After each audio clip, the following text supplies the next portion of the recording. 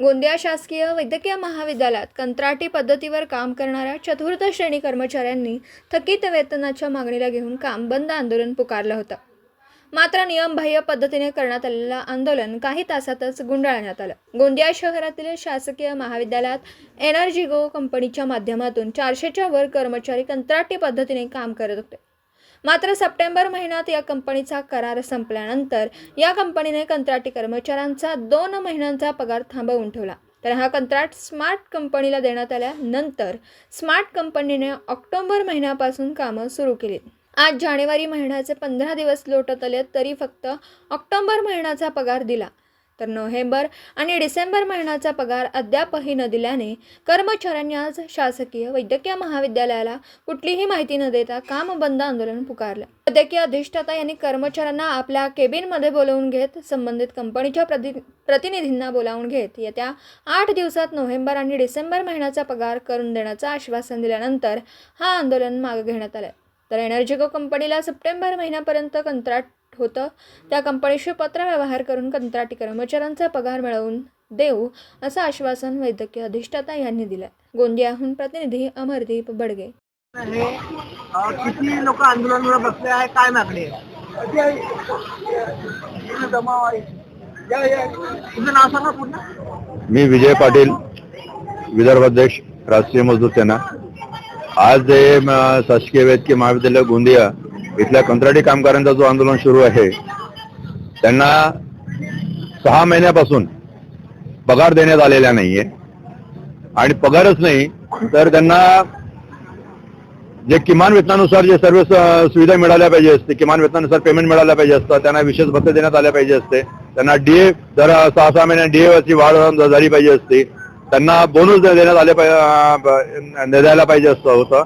त्यांना ELPL जे सुट्ट्या मिळतात शासनाकडून 14 सुट्ट्या, 28 सुट्ट्या ज्या वर्षाचा मिळतात ते त्यांना द्यायला पाहिजे होता. ते सर्व न देता कामगारावर अन्याय सुरू आहे. ते काहीच त्यांना कुठलीच फॅसिलिटी त्यांना देत नाहीये आणि 6 महिन्यापासून त्यांना पगार दिलेला नाहीये.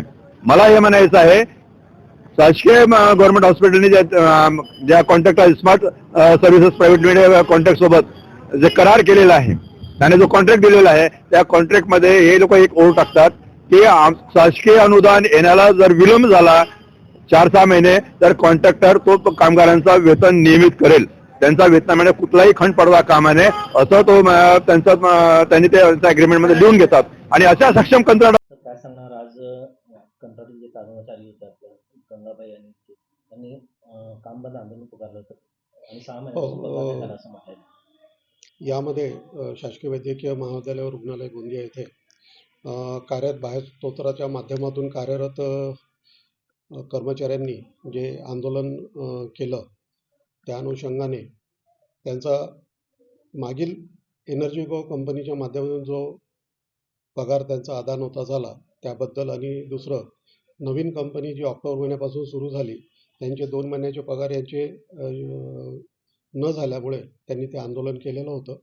या संबंधात आपण दोन्हीही कंपन्यांच्या अधिकाऱ्यांना याबाबतीत वेळोवेळी अवगत केलेलं होतं व त्यांना याबाबतीत सांगितलं होतं की करारानुसार त्यांना कर्मचाऱ्यांचं वेतन थकवता येत नाही, ते अदा करणं अपेक्षित होतं.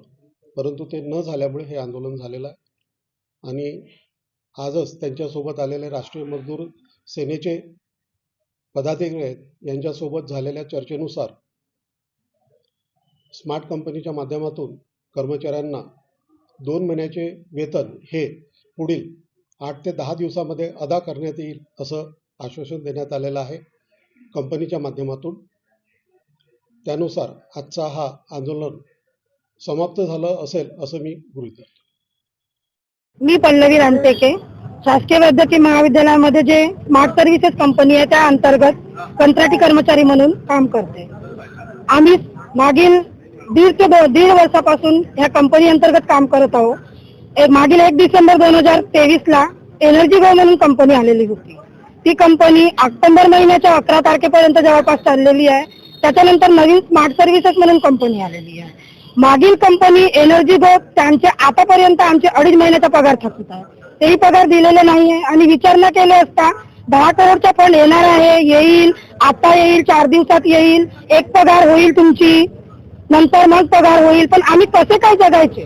आता नवीन कंपनी आली ऑक्टोबर महिन्यापासून, ती पण तशीच सांगते की 5 करोडचा फंड येणार आहे 4 दिवसात, तुमच्या पुढच्या आठवड्यात एक पगार होईल, एक पगारानंतर मग जर 5 करोडचा फंड येईल तेव्हा तुमच्या 3 पगारी होतील. पण आम्ही तेव्हापर्यंत आश्वासनावरच राहायचं हे आमच्या अधिष्ठाता सरांनी सांगायचे आणि हेड असतील, अधिकारी असतील, त्यांनी आम्हाला सांगावे. मागील 5 ते 6 महिन्यापासून आमचा पगार झाला नाही, तर पण तरी मागील 1 डिसेंबर पासून कंपनी आलेली आहे, तर कधीही महिन्याला वेतन होत नाही. हर महिन्याला तेच प्रॉब्लेम असतो, 2-2, 3-3 महिने, 4-4 महिने थांबतो, त्याच्यानंतर एक पगार होतो. तर आम्ही कसे जगायचे? आमच्या घरी खायला ठिकाणं नाही आहेत. आम्ही लोकांना व्याजाला पैसे मागतो, 5-5 महिने झाले आम्ही देऊ शकत नाही, व्याज सुद्धा देऊ शकत नाही. मुद्दलची तर गोष्ट वेगळीच राहिलेली आहे. मग आम्ही काय करायचं? आमच्यासोबत कोणताही अधिकारी संपर्क साधत नाही. जेव्हा आम्ही लेटर दिला की आम्ही धरण्यावर बसू, तेव्हा कंपनीवाले येऊन म्हणतात की तुम्ही धरण्यावर बसा नको, आम्ही एक पेमेंट तुमची करतो आणि 5 करोडचा फंड आल्यावर तुम्हाला 3 महिन्याची पगार येणार. पण ते 5 करोडचा फंड केव्हा येईल ते आम्हाला सांगत नाही. सेंट्रल वरून येईल, पण सेंट्रल कुठं बसला आहे, कोण आहे तो व्यक्ती? दिवसभरातील घडामोडींचा आढावा घेण्यासाठी पाहत रहा N24 मराठी न्यूज चॅनल.